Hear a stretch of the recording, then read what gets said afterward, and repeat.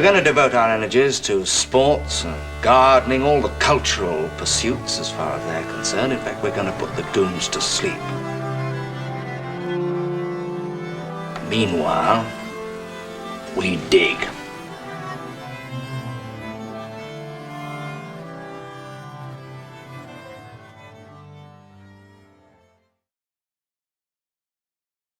Greetings and welcome to the Anadromist. This is Byrne coming to you on a gray, lovely, overcast day with patches of blue here in Tbilisi, Georgia. And what we're doing today is a bit of a remix of my How We Got Here series. And I've already done this for music, and it just seemed right that I should do a smaller one for my discussion of movies in the saga and their meaning to us in our saga of how we got here. So we're going to do this in two parts. The first part will be covering basically the 1960s to the late 60s, 1970s and 80s. And the second part will be the 90s and beyond. And we will take it from there.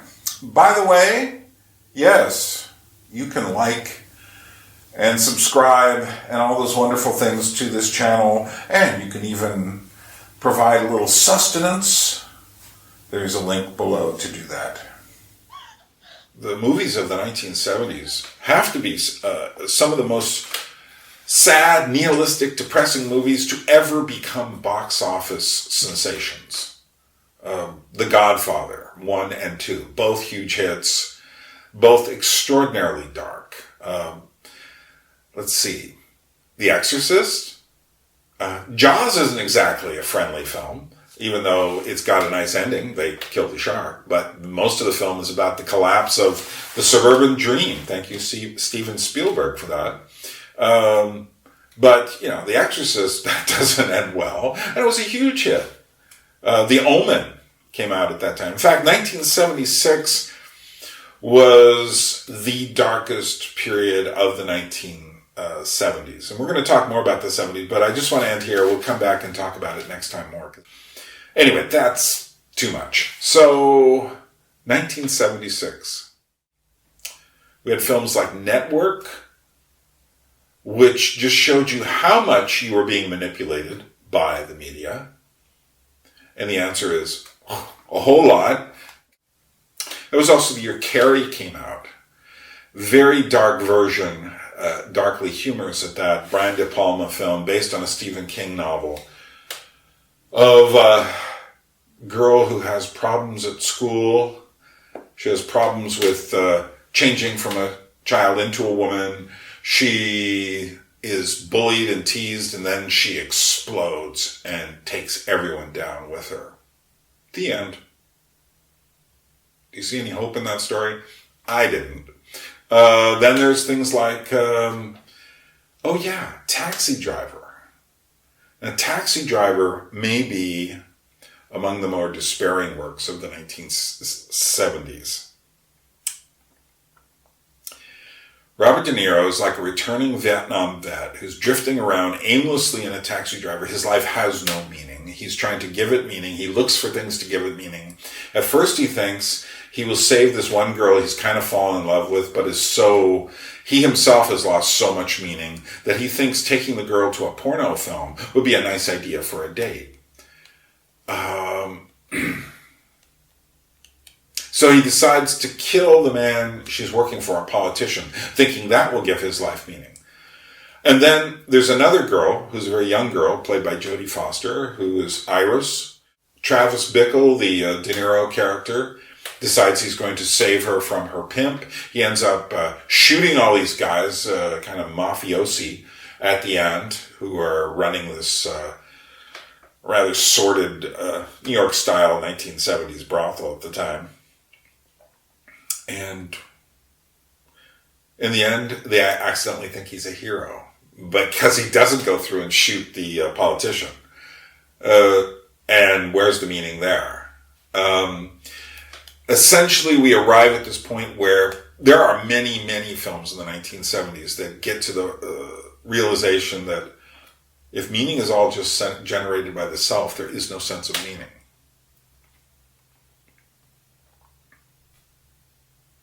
Or then there's the Texas Chainsaw Massacre, which essentially takes a chainsaw to the hippie philosophy and says, you know, this whole love and peace thing, it kind of went too far, and it's full of bullshit.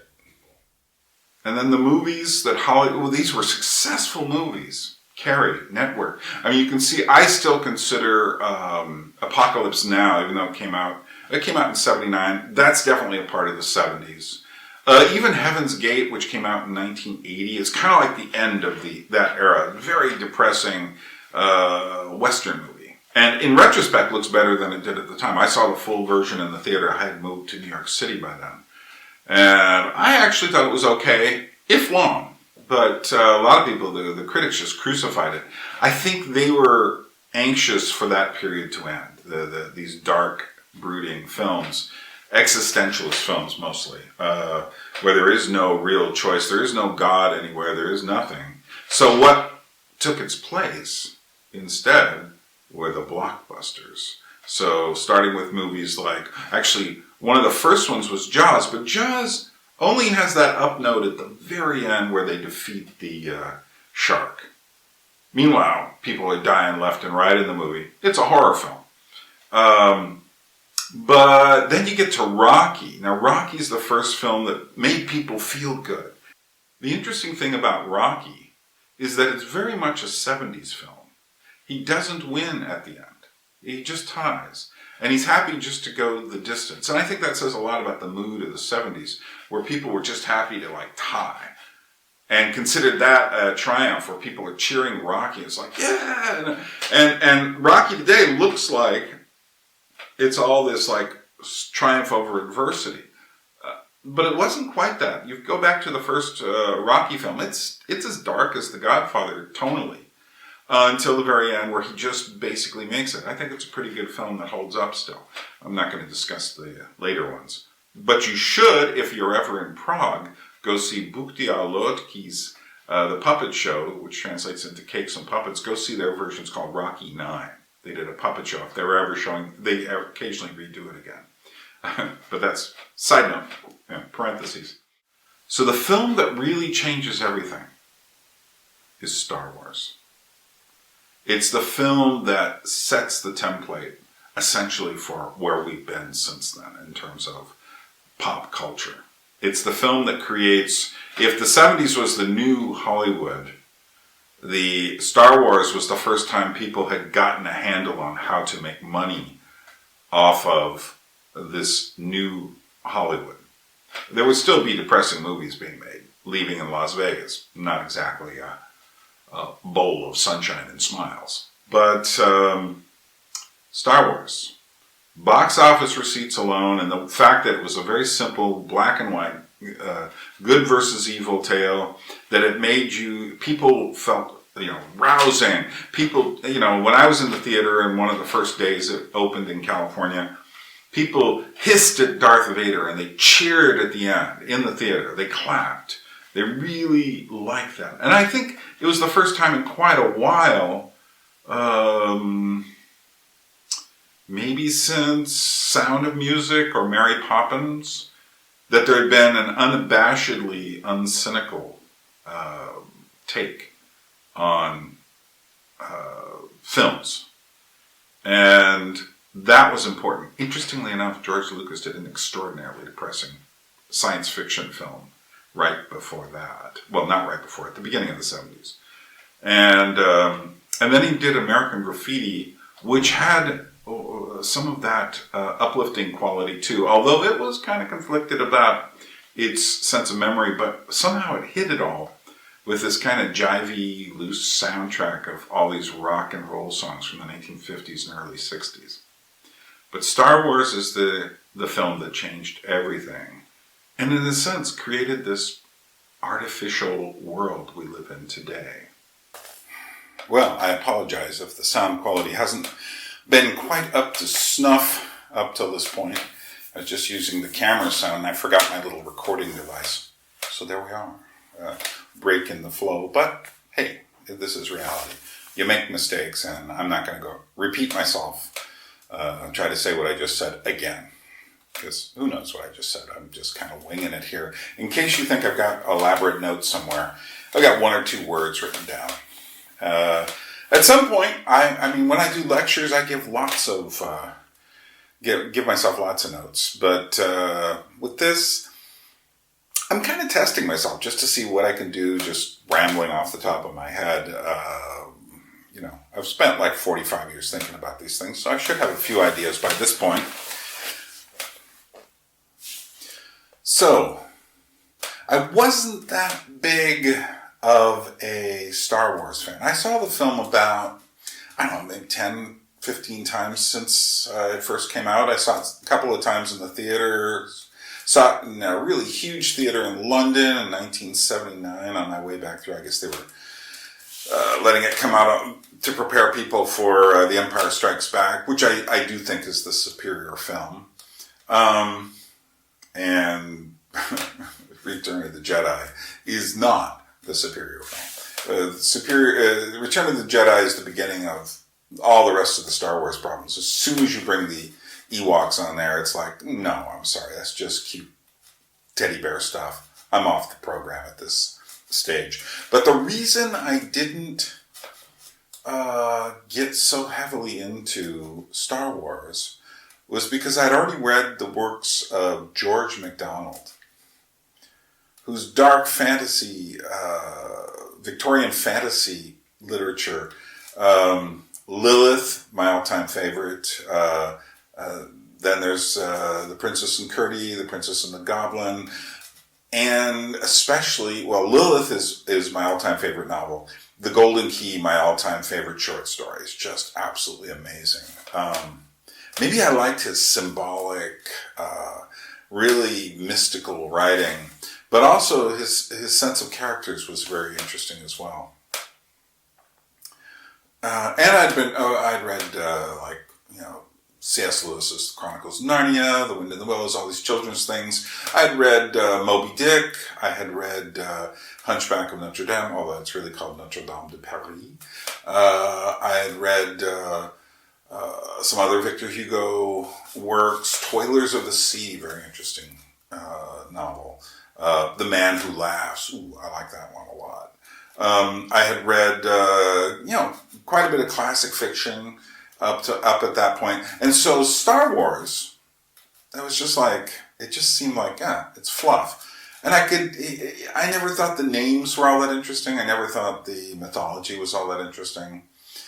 And yet it's occurred to me ever since then, people have lived for that. Now, I'm not going to talk about why I think they lived for that. I think it has to do with the meaning crisis, though. And once you detach humanity from the meaning of what it means to be a human being,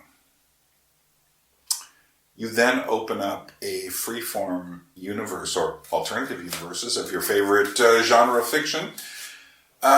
And that's where we've been ever since. But I'm not going to talk about geekdom and fandoms and all of that stuff now. We'll save that for when we start talking about the 80s or when we eventually get to talking about those things. And you can see the first signs of it in 1974 with something like the Texas Chainsaw Massacre. It's hard now to understand what the Texas Chainsaw Massacre felt like for the people who first saw it. They actually previewed it in San Francisco, of all places, which is really fitting, for an audience without really telling you. They just said there's a preview coming up on the film that you're about to watch. And then the Texas Chainsaw Massacre comes on. And there were people who ran out of the building. Now, just the name, Texas Chainsaw Massacre. Texas Chainsaw Massacre is actually in line with films like the really monumental Night of the Living Dead by George Romero, which really is the first of this particular series of films. Wes Craven's Last House on the Left would also be in this category. There was a B-rated exploitation film. B as in really substandard. Not A-list Hollywood quality.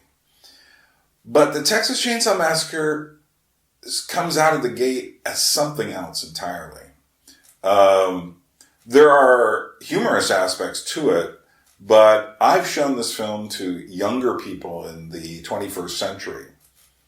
People who thought they were cool. People who thought they understood horror films. And the original Texas Chainsaw Massacre, you can just see them sitting in their chairs, backs against it, because it takes no prisoners. And its target is you. What do I mean? Its target is the young and the cool. Its target is whoever it is that's watching. And just the name Texas Chainsaw Massacre is enough to start your brain working. Just that word chainsaw, first time it had been used in any sort of cultural setting outside of a hardware store.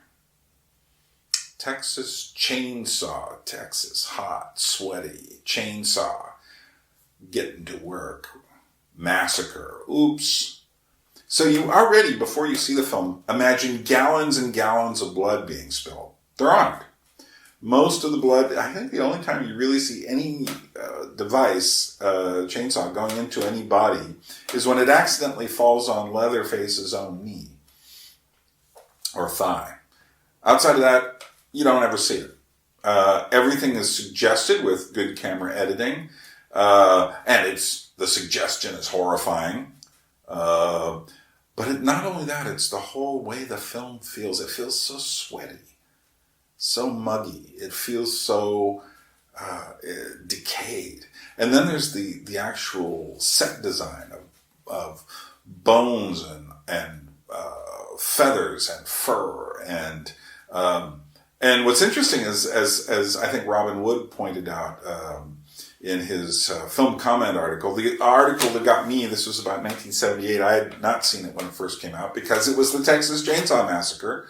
Why would I go see this? I was a Christian living in a Christian commune when it came out. So why would I go see the Texas Chainsaw Massacre? But by the end of the 70s, I was thinking a bit differently. I was still a Christian, but I was taking cultural things more seriously. And Robin Wood's article on the return of the repressed in Film Comment in 1978 really got me thinking, like, maybe I missed something here. I should go watch this. And he points out that the house you expect things to happen in, this old decayed mansion, is not where things happen. It's the nice white picket fence house where all the nightmares are inside. But I was really struck personally and aesthetically by the design of bones, and it was the textures that really got me. And I thought they were great. I thought they were amazing textures. It was a whole new style of art. Later, I would call that American Gothic art. I have a whole series I've written about the various strains of American Gothic art and culture and literature, painting, films, music that I've done on the Anadromist Life site, and that's worth a read. But what makes the Texas Chainsaw Massacre is just the relentlessness of it. Once it starts, and the weirdness of it. Starting from the very first scenes of decomposing bodies in a cemetery, kind of piled up, as it is said, as grisly works of art, of which the film is. And I really do mean it's a work of art, and it's grisly. But what's important about the film is it starts off with references to entering like the time of Saturn. We're no longer in the age of Aquarius in this film, when things are, supposedly everything is liberating. It's the age of Aquarius, dude. No, this was the age of Saturn, malevolence, darkness, death. That is where we had entered by the end of the 70s. The age of Saturn, in a sense, metaphorically. And the main characters in the film, I don't know if you can call them protagonists, shall we use Joe Bob Briggs' phrase of human pork chops? Because everyone's going to get, except for one person, the final girl, Marilyn Burns playing the Sally Hardesty character, it's going to be, it ain't pretty. And But what it is that they're all kind of young hippies. They're all kind of young, and they are just meat for the slaughter, partly because they're so oblivious in their coolness, which is a lesson I learned. After watching that film, I realized that, nothing comes from being cool. Nothing comes from being like just this young and ignorant and naive. Nothing comes from that at all. And because you don't see what's coming towards you, you have no imagination about what the world is really like. And the Texas Chainsaw Massacre is based on some real things, particularly the crimes of Ed Gein up in Wisconsin, that Tobe Hooper absolutely knew about from his relatives in Wisconsin. So Texas Chainsaw Massacre sets up a metaphor for the destruction of that naive, innocent culture of hippies getting stoned and out of their minds. And I'm not sure, some people have said the film is some sort of anti-meat track. I really doubt it. Even though slaughterhouses show up. No, I think it's really about, as Tobe Hooper said, he came up with the idea when he was standing in line one day at some sort of Texas store, and he was just so frustrated by the technology of waiting and the crowds and people in line and the stupidity. And I'm sure all this other stuff he was frustrated with. And he just saw chainsaws for sale next to it. And he's just like, man, what would happen if I just went through it with this? That would get the job done. They'd get out of the way. Interesting attitude. And it was an attitude that was going to show up somewhere else. Well, it was going to continue to show up in horror films. See the movie Halloween. Of course, then there's Friday the 13th, which is of a lesser quality, but still effective. And that's where you start getting your teenage pork chops, really.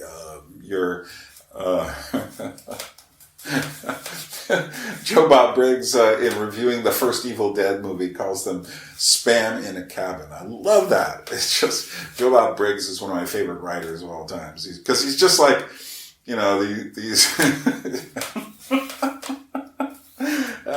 Go look for some of Joe Bob Briggs' horror film reviews. They're really worth spending a little time with, just because they're like the films. They're punk, but they're the Texas variation on punk. I'm talking about the one, the only, the original Evil Dead. Most of you turkeys know by now that I have been waiting 9 years for this night. I wrote letters. I screamed at the jerkolas who had the rights to this movie. I tried to get it for the first annual World Drive-In Movie Festival and Custom Car Rally back in 1982. I called up all the meatpacking plants in Fort Worth thinking they might want to sponsor a screening during Red Meat Week on the Movie Channel. And I fought with the Movie Channel high sheriffs for 4 solid years, and all they ever told me was it's too grisly for cable. Nobody has any respect for the arts in this country anymore. So you're thinking, well, hey, what's the big deal? Just another zombie splatter movie, right? Well, no, there's one difference. There's only one way to kill the zombies. We're talking total dismemberment. Hands, arms, legs, and of course, heads will roll. You thought those were zombies in Night of the Living Dead? Excuse me while I go buy you a copy of Richard Simmons Sings the Frank Stallone Songbook, Wimp City. You think those were zombies in Dawn of the Dead? Wait here just a minute while I go check the showtimes of Flashdance for you. You might want to look around for some leg warmers to wear on your ankles and a t-shirt with Snoopy on the front. Now that Grandma has left the room, let's take a look at the old Evil Dead barf meter. This is the Paint the Room Red Vomit Champion of the 1980s, and as you can see, it's off the scale. You might want to go get a few hefty bags while there's still time. In other words, it's a classic. It follows the Joe Bob Briggs ultimate test of a splatter flick. Anybody can die at any moment. It was the first movie of Sam Raimi, the guy who made Darkman, but this was back when nobody had ever heard of Sam Raimi. We just thought he was a psychopath from Michigan. He checked out some film equipment from Michigan State, got some actors from the university, found an abandoned house in Tennessee, and he did all the amazing special effects in the attic of his house by himself. What a guy. I don't want to tell you anything about the plot, But here at Drive-In Theater, we call it spam in a cabin. The teenagers go in, the teenagers do not come out. But it's the way they die that matters. Once you've seen this, the Texas Chainsaw Massacre could be shown on the Disney Channel.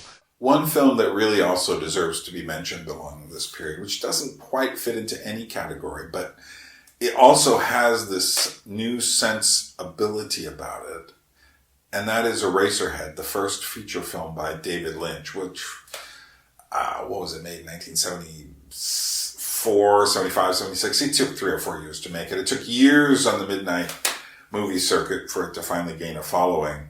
And what it is it's like he took a camera, put it up to his head, and just filmed his nightmares. Because that's what it looks like. A friend of mine, I went and took him to it in about end of 1979. I was playing at a midnight showing in Petaluma, California. And my friend said, well, I'm not going to have any nightmares after that. That film was a nightmare. Exactly. And what's interesting about that nightmare of a film is it has nothing to do with the love and peace generation of the 1960s. And it has everything to do with the decay and the urban despair that David Lynch had met when he was going to art school in Philadelphia. And in a way, that was what the 70s was like, whether it was on 8th Avenue in New York City, or whether it was just the kinds of urban decay that were spreading throughout different parts of the country, where it seems like the money was just running out. All these programs that were supposed to help people were failing people. Movies also were very, very important during the 1980s, but not in the way they had been in the 1970s. In the 1970s, movies often contained these existentialist messages, particularly American movies, but also, of course, the European movies.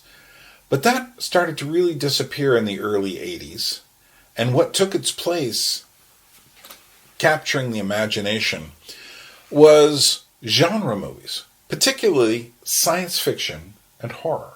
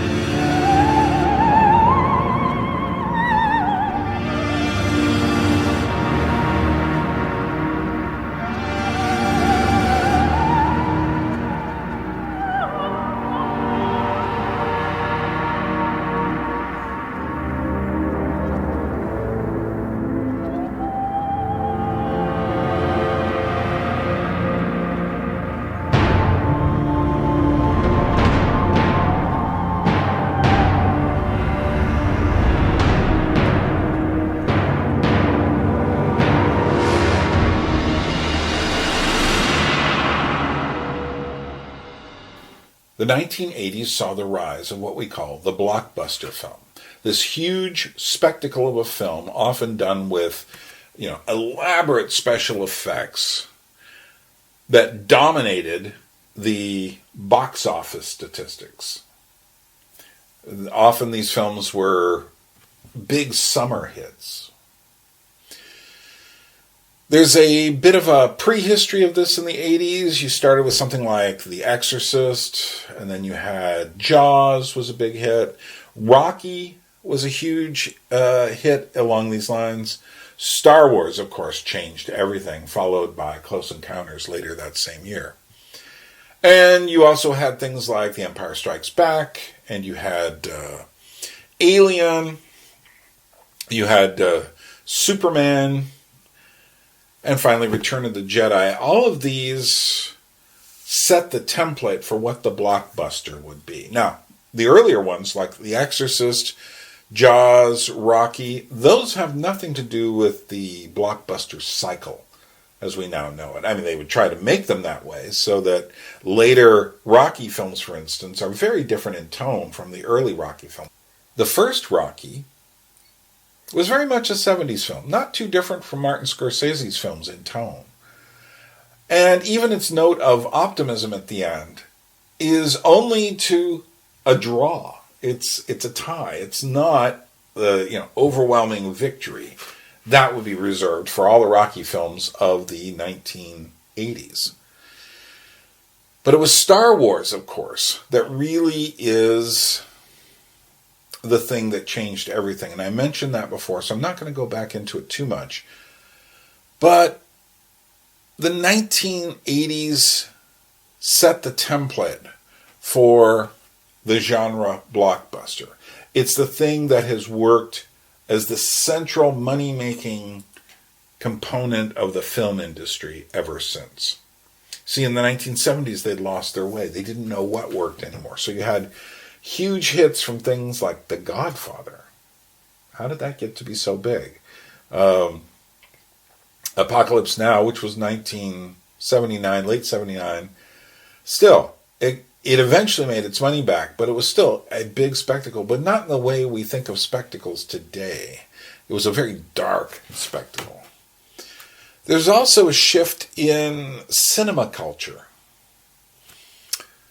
The film school generation, that is the generation of people who had been raised for the first time on the film school aesthetic of learning to watch movies and go back. And this was late 60s all the way through the 70s. In the 60s, you had a lot of the directors who would go on to be the great directors of the 70s coming out of these film schools with this knowledge of all of these. I mean, people lined up. It was hard to imagine, but they lined up for foreign films with subtitles. I'm embarrassed for Americans today who say, I don't want to read films. It's just like, oh man, graduate and start getting something different into your system. Not that the foreign films today are on the level of those of the 1950s, 60s, or 70s, but nevertheless, there is a world out there for those of you willing to explore it. There were magazines like Film Comment, American Film, Film Quarterly, although Film Quarterly eventually became the first of these to have been invaded by critical theory. And eventually I couldn't read them at all. By, say, 1981 or 82, they were just like, it was impenetrable jargon by that time. Whereas Film Comment remained quite good up until the last, 5 years or so they changed and then started becoming... They went from being moderately politically correct to totally politically correct. And so I even, after having a straight run of their magazines going from 1978 all the way up to 2018, I just said, that's enough. They're not getting better. It's getting more of this, it's just all the topics you're supposed to hit. There's no more art, there's just social justice. Tired of it, personally. But in the 1980s, you saw the rise of something very different. You saw the rise, for instance, in specialist magazines like Fangoria or Cinefex, which was this little square book, practically, that came out on a quarterly basis that showed you everything inside of how they made every big blockbuster there was. Also, Cinefantastique was in that category. They were essentially how-to guides, which is really great if that's what you're looking for. That is to say, if you want to learn how to, apply latex paint or, use computer animated tracking, these are, fantastic things to read. If you care about the art of film as opposed to the craft of film, then no, they are not. And there started to be a real division between the people who cared about the art of cinema and the craft of movie making. So that after a while, the craft people essentially took over. And here was another problem. There was a change from more thoughtful, literary, shall we call it, film criticism. people like Pauline Kael and Andrew Saros would write word after word after word describing films they had seen. But eventually you came to people like Siskel and Ebert, who, looking back at them now, they're pretty good. But at the time, they were really a step down. They were the first TV film critics on PBS to go popular and nationwide. And they devised this: the thumbs up, thumbs down. And I think a lot of us who really loved film in the early 80s said, this is really a step down.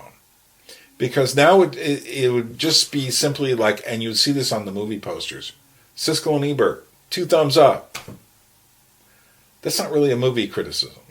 And eventually you start getting people like Leonard Maltin writing these books with star ratings, 5 stars, 3.5 stars for me. I met a guy once who said, yeah, if it doesn't get at least 4 stars from Leonard Maltin, I don't want to watch it. To which I'd say, like, do you think he's the only person who has an opinion? It's just like, really? You think this guy knows everything about film, that his particular perspective should be good? No, I'd much rather read a really well thought out essay on the subject. But what really, really, really, really, really, really damaged the appreciation of films and finally cut the heart out of all that film school nonsense was when they started publishing box office statistics, weekly box office scores. In 1990, no one hardly knew, I'm sorry, 1990, in 1980, no one hardly knew how much films made. We started to become aware of it throughout the 70s, very slowly. They would say like, Star Wars is the new big money maker, and they would tell you how much it had made. But eventually you started getting these lists and would say like which film had how many millions of dollars in national box office revenue. Well, what eventually happened was people started to equate box office revenue with quality, which is an extraordinarily dangerous thing. It's like saying the top hits of all time that have sold the most are the best music. Now you could argue that, well, the Beatles sold a lot, they were pretty good. But you can't argue that with Britney Spears. So that's what happens too, is you eventually move to the lowest common denominator. If someone figures out a way to sell something that more people will buy, that's what they will make. And that's what happened to cinema during the 1980s. You started, essentially, so what happens is between the specialist fan magazines, which got people salivating for the recent fantasy and science fiction and horror offerings, which created the first geeks, who were really an underground phenomena at the time, but would eventually become the dominant form of communication, the dominant form of... Oh, sorry, some people are talking here. Okay.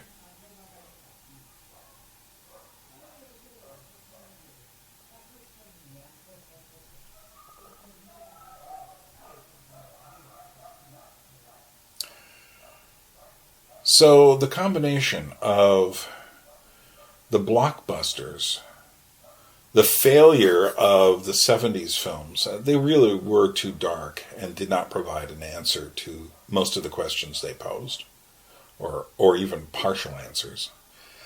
And this new emphasis on the minutiae of filmmaking through these specialist magazines, along with the box office statistics, created a new kind of film person. The kind who cared about how their film was doing, that is financially, how many millions of dollars did Road Warrior take in? I remember thinking, like, come on, do better, because it was a better film than I felt on many other films.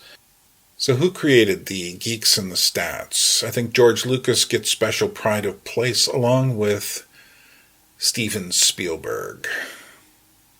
And of course the two of them worked on Raiders of the Lost Ark. E.T. was the biggest hit of the decade, but there were all the Star Wars films, Raiders of the Lost Ark, Indiana Jones movies. They were fun. They were good popcorn movies. I don't think there's a lot of depth to them. I mean, I've seen a lot of badly spilt ink over them.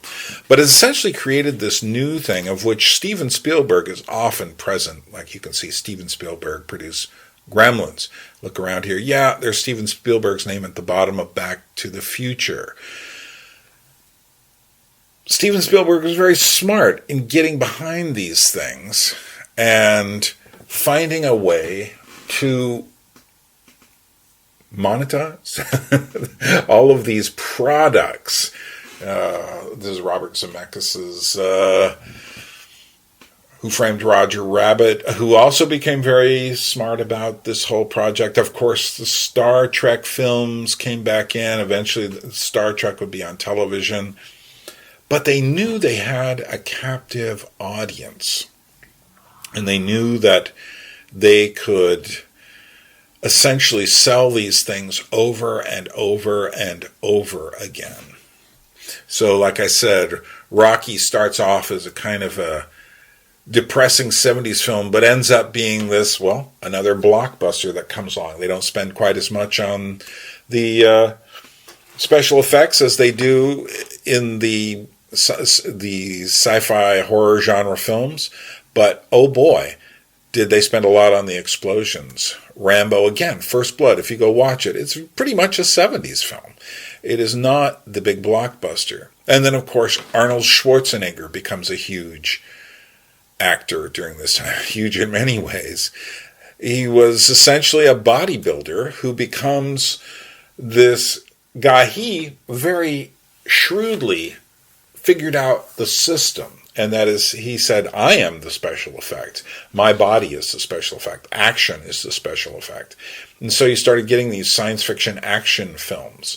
The best of which during the 1980s, for my money, was Road Warrior, which I think George Miller had some genuine ideas here. And this one was produced down in Australia. But alas, who did he run into? Steven Spielberg. Steven Spielberg got him to turn the third Road Warrior, or third Mad Max film, essentially into a Steven Spielberg-esque type of film.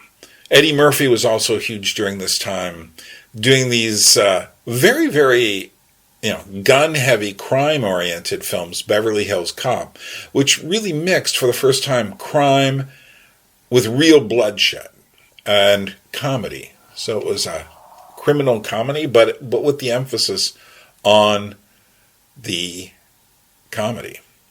Tom Cruise, by the end of the decade, emerges as one of the big actors. Funny he still is. He's like the Queen of England. He just never quits and never looks any younger. And then the film that probably deserves credit for really getting the superhero genre up and running. There was Superman in 1979, but Tim Burton's 1989 Batman did the job. After this, there were Batman sequels. Eventually, there would be Marvel movies. And that leads us to the genre most dominant in our times, which would have to be the comic book superhero movie. Okay, let us continue. We talked a bit about films last episode in number 7 when we talked about the surface of the 80s and all the blockbusters and stuff, and how so much of it was genre categories. I mean, there was action and there was science fiction and horror. But now we're going to dive under the horror, because there was a brewing underground horror world.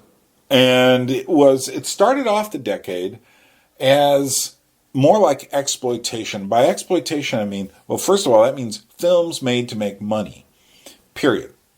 Now, in horror, what that means is you got to use as much blood and as much sex and as much of just crazy elements. You got to grab people's attention. The really fascinating thing about exploitation is no one cared about making anyone feel good. It had nothing to do with political correct sensitivity. All of this actually came out of the carnival world in the 1930s.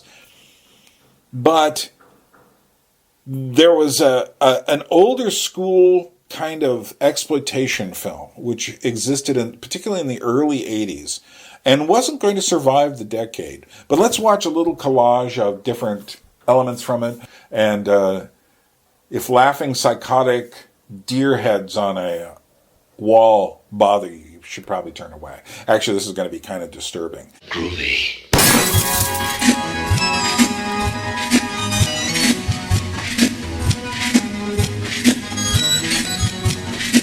Bastards! Why are you torturing me like this? Why?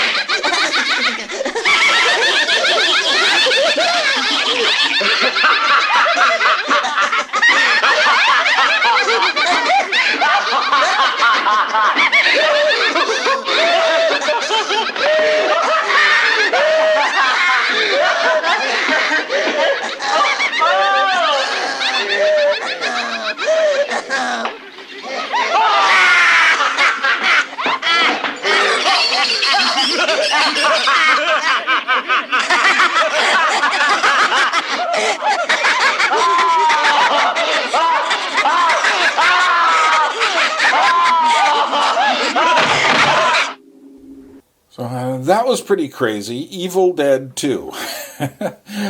It was almost his remaking Evil Dead, which is a really dark horror film, as a comedy. A dark postmodern comedy where the walls are literally laughing at you.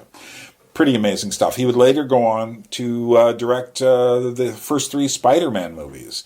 And another film, Drag Me to Hell. Sam Raimi is someone who became very important, as did his friends at the time, the Coen brothers.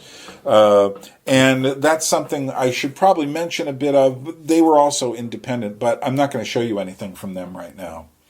What killed, however, the old school exploitation movie was several factors. One, drive-ins were drying up. Another thing, places like the grindhouses on 42nd Street were being shut down to prepare for the new Disney-fied 42nd Street. And then also the video store was changing things. So you had these direct-to-video movies. Now with the direct-to-video movies, you started getting people who were able to watch far more films than they ever did before and have more references. So that lent itself to more of this postmodern aesthetic. One of the first companies to really bank on this was a strange company called Troma out of New Jersey. And their first big film was The Toxic Avenger. Let's watch the trailer for that. Meet little Melvin. He's a 90-pound weakling. Everyone hated Melvin. I'm gonna take this mop and shove it down your throat. They teased him. I want to do it with you. Okay. They taunted him. They tormented him until he had a horrifying accident and fell into a vat of nuclear waste, transforming little Melvin into a hideously deformed creature of superhuman size and strength. Melvin became the Toxic Avenger, the first superhero born out of nuclear waste. Yes, the muggers and the rapists didn't know what law and order was until the Toxic Avenger came to town. Why that is so different from the other earlier exploitation films is that it's absolutely self-aware. Much like the Killer Tomatoes movie that came out. These were, killer clowns from outer space, this sort of stuff.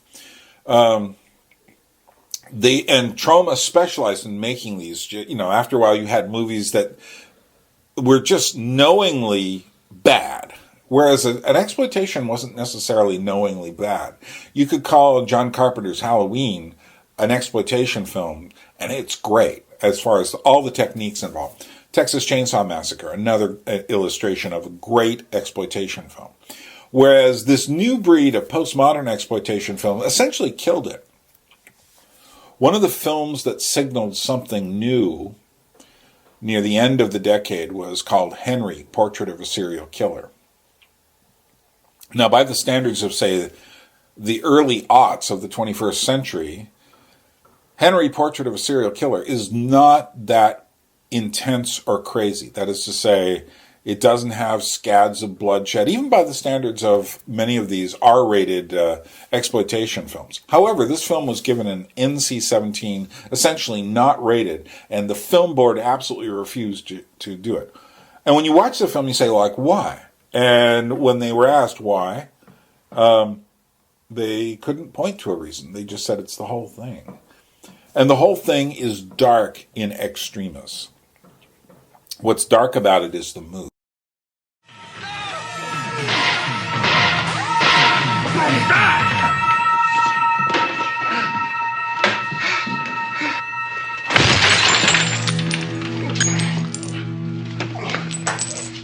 Otis, plug it in.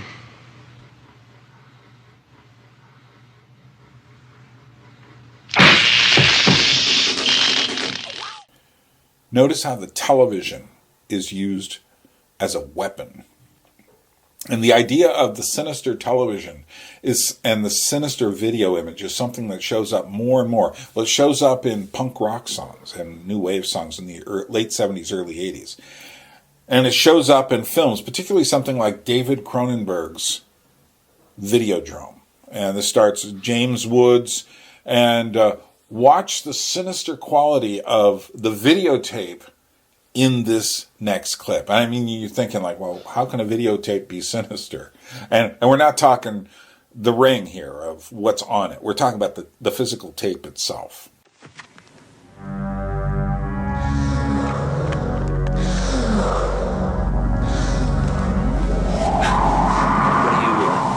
What do you want from me? I want you to open up, Max. Open up to me.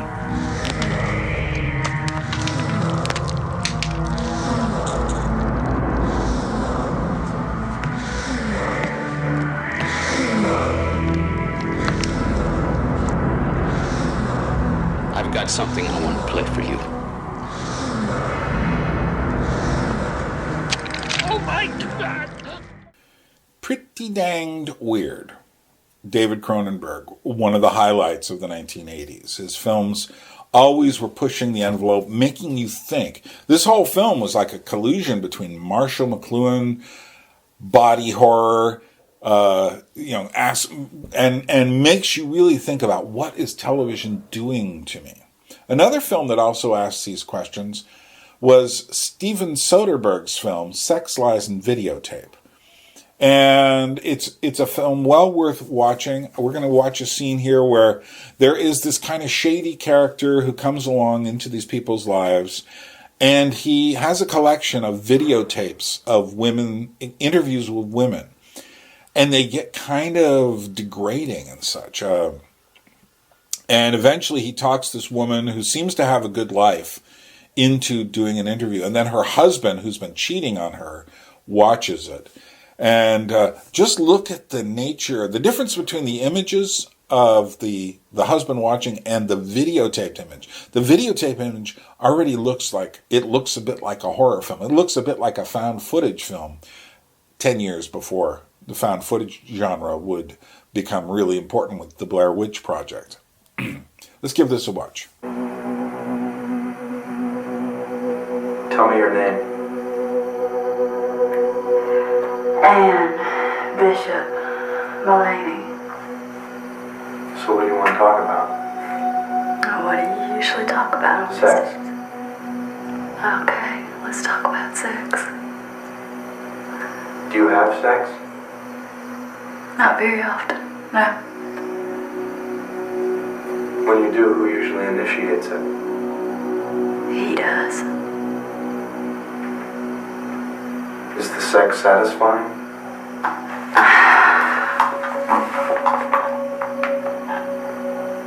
I don't know. I don't know. I don't know what you mean.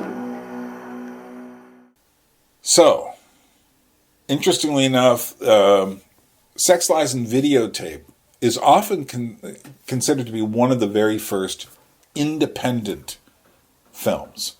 And independent films would essentially be the lifeblood for interesting filmmaking throughout the 1990s. But then again, so is Henry, Portrait of a Serial Killer. David Cronenberg was always doing his own thing, so he's not really part of that independent movement. But eventually it produced such people as the Coen brothers, Quentin Tarantino, and more. So, but that's all the 1990s, and we'll eventually get to discussing it. So what's happening is we're seeing things leading us into the 1990s. Sonic Youth and that noise, independent movies. And of course, the comic books would eventually create the world we're in today with Marvel Universe movies and all of that stuff. Another weird thing that was happening in that time was anime from Japan. Now, there was like the Transformers on television, and they had translated it for children so you could watch these things. But actually, in the 1980s, there was very little of this stuff. People tend to say, like, yeah, I got into anime back in the 1980s. No, you didn't. There's this article where this guy talks about what it was like to be an anime fan in the 1980s. You were totally underground. He said, these days, there might be 100 people who want to sign up for a ticket for some event for something. And he says, like back then, 100 people was the entirety of the anime world, the subculture in New York City in the 1980s. And I can testify this guy is absolutely right. Very few people. I used to work at Forbidden Planet in, say, 1986 and 1987. And we would get these Japanese comics, all in Japanese, that had images. We would get maybe, 40, 50 every month or two. And we had trouble selling them out. But what we didn't have trouble selling out was all the toys that were based on these things that were coming into the country. And the little robots. We had a whole toy section downstairs. But basically, that and manga. Manga is the Japanese comic books. These were things that, the book manga, you can see the cover here. This is the version I bought back then. And I used to go to this Japanese store, Kinokuniya, to buy, and this was like part of the ritual of anyone who was into this stuff then, to buy these comics from Japan. None of them were translated. You didn't start getting translations of these things until the tail end of the 80s, and then the beginning of the 90s. I think the Akira books came out and started getting more and more of them in the 90s. And it's the 90s that's really the anime culture. If you listen to anyone talk about, I grew up watching anime, find out when they were a kid. I guarantee you it was the 1990s more than the 1980s, except for Transformers, and maybe there was one other thing. The anime books, the manga books, and when I say anime books, they would actually put color reproductions of an entire movie into a little, 5-inch by 6-inch book or so. But I used to get these. I've since weeded out my collection, but I still have, about 20, 30 of these from that period that I really liked. But it was underground. But what was interesting to me was the sense of artwork. People like Miyazaki were doing their early works in the 1980s. I really like this one. We're looking right now at something called Vampire Hunter D. Now, look at this imagery. And what I want you to notice is how unlike American comics and American cartoons this is. No muscular people. In fact, the main character, who's dressed a bit like a kind of a Puritan, is dressed as this elongated figure. And then you have these naked female figures, which you would never see in American cartoons, except, again, the heavy metal cartoons. But, anything coming, there was a Fritz the Cat animated feature, and then the heavy metal movie. But by and large, anything that looked with characters like this would be considered a Disney movie. And you would never, and to this day, you would never see a naked female body in a Disney cartoon. One of my favorites was called Angel and the Egg. And we're just going to watch a moment of that. And notice how unlike American films. Now, this is not your, transforming robots, Dragon Ball Z, action adventure anime. This is art. And it's very interesting art. And again, this was all underground. Eventually, anime and Japanese things would come overground. But let's watch Angel and the Egg a little bit right now.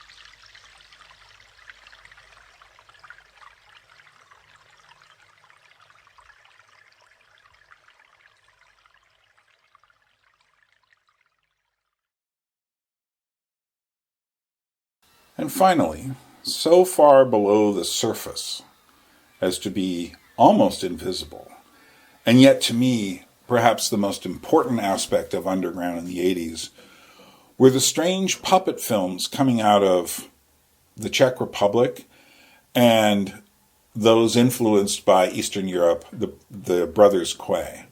We're going to watch a little bit of Jan Schwenkmeyer's Alice. This is from the late 80s. And this is his Alice in Wonderland. And this is the Mad Hatter's Tea Party scene. You think you know it, but you don't. Schwenkmeyer is a surrealist. And I more than once I've heard people who back in Alaska, some genius had given a copy, probably watched it and said, "Oh my God, what are we going to do with this?" Taken a copy down to the library for their DVD collection. And more than once I'd heard someone say, "Yeah, we rented that to watch with our children. And it was so weird." Well, yes, it is. Easily the strangest version of Alice in Wonderland that I've ever heard of. But here's the fascinating thing. Often the parents would be like scratching their heads, and the kids would love it, because kids actually do like stuff like this. Let's watch a little bit of Schwenkmeyer's Alice.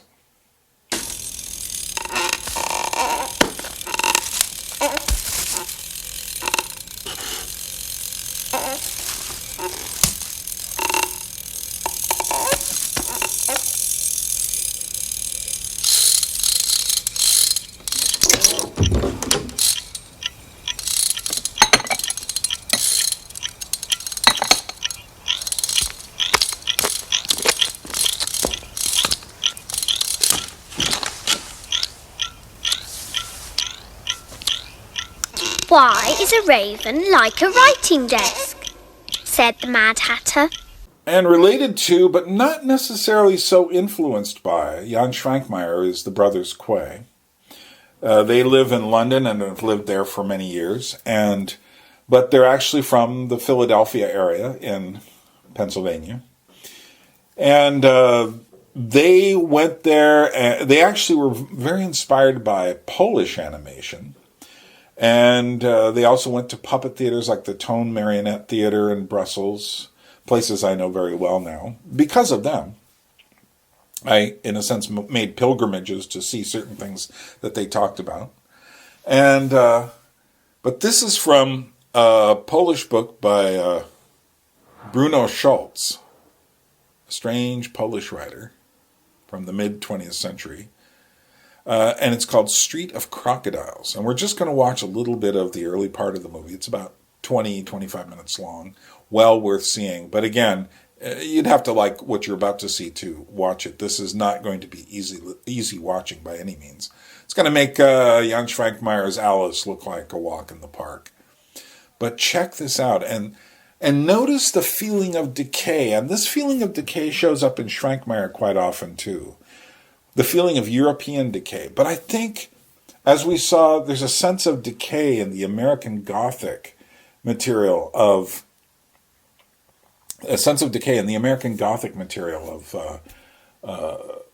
Tom Waits and Nick Cave. There's a sense of decay of the end of a society in so much of what we're hearing. The goth stuff. Not to be confused with American Gothic. American Gothic is a very different thing than goth music. Goth has always got this European angle.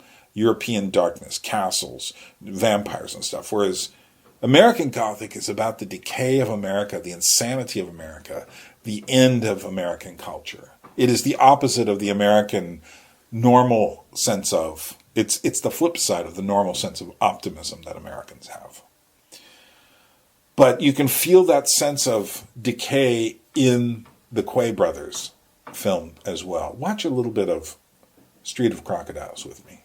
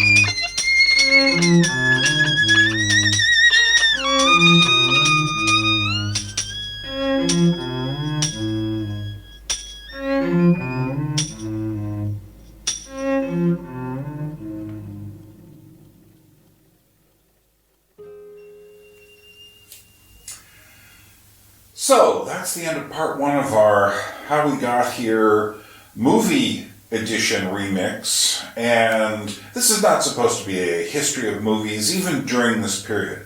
This is supposed to be about the relationship of film and visual material to the lives we now live, and how these things impacted us in our lives today.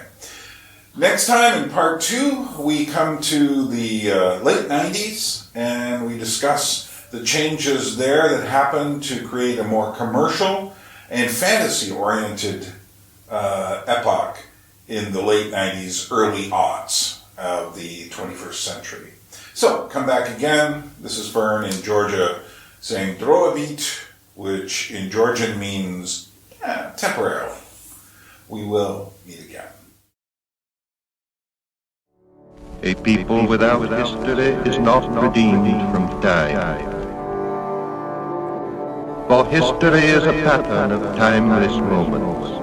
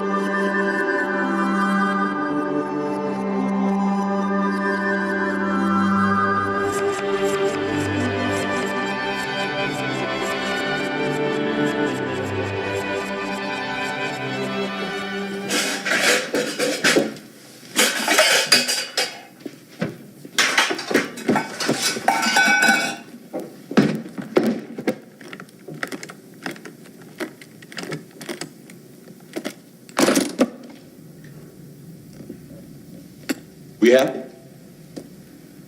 Vincent! We happy? Yeah, we happy.